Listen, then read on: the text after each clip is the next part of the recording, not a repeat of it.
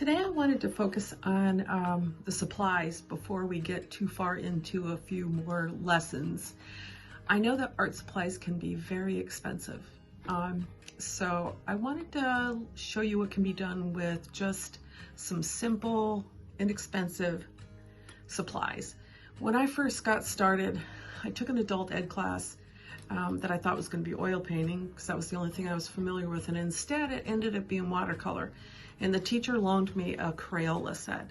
So that was my very first watercolor painting, was done with a Crayola set on a loaned piece of paper. So let's see what we can do with a Crayola set on some inexpensive paper with inexpensive brushes. And I want to tally up the whole thing to show you how you can get started with just a few dollars instead of a few $100s.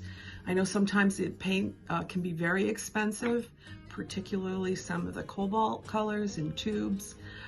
So let me show you what I have used in the past that has given me good results. Okay, so where do I start? Okay, when I first got started, I purchased student grade paints. They're Windsor Newton Cotman series. I still have a lot of them. I use them for years.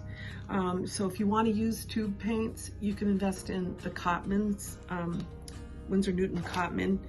Another brand that's available is the Van Gogh. A lot of these tube paints will come in sets, and they usually will have your primaries in warm and cool colors.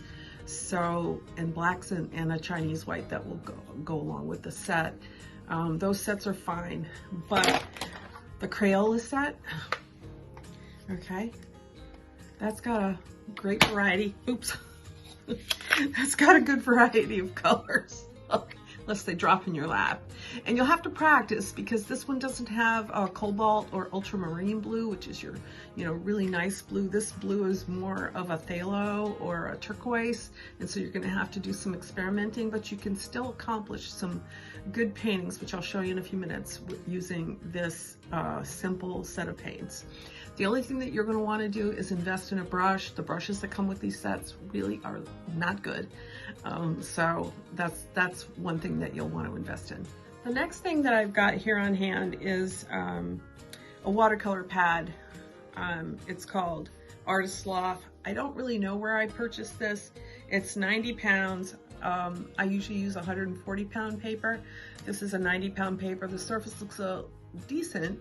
And so we're gonna try. I probably bought this pad of paper for my grandkids when they would come up, and I wanted them to be able to paint without making a huge investment in paper, because kids like to go through a lot of paper, and actually we adults should go through a lot of paper. we need to practice. So that's my point. So don't worry about wasting paper. Every single time you paint, you will learn something from that painting experience.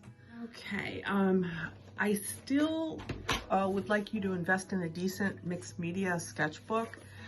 So far my favorite is this B paper Aquabee sketchbook. They come in a variety of sizes. So the smaller the size, the less expensive they are. So that would be a good investment. So far we need paint. You can use the Crayola set. I think they're around $5 or $6. A couple of brushes.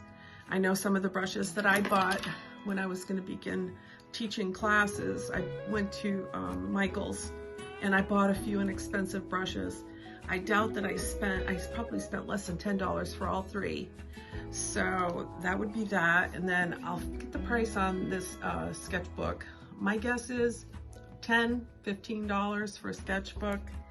Little pad of paper, $5 or $6. We already have our water, our container, masking tape. You can get that for a couple bucks if you don't already have some in your house. Get a rigid board. It doesn't have to be plexiglass. It can be a firm piece of cardboard or some other firm board that you can tape your paper on. So let's get started and see what we can do with a Crayola set on cheap paper with some inexpensive brushes.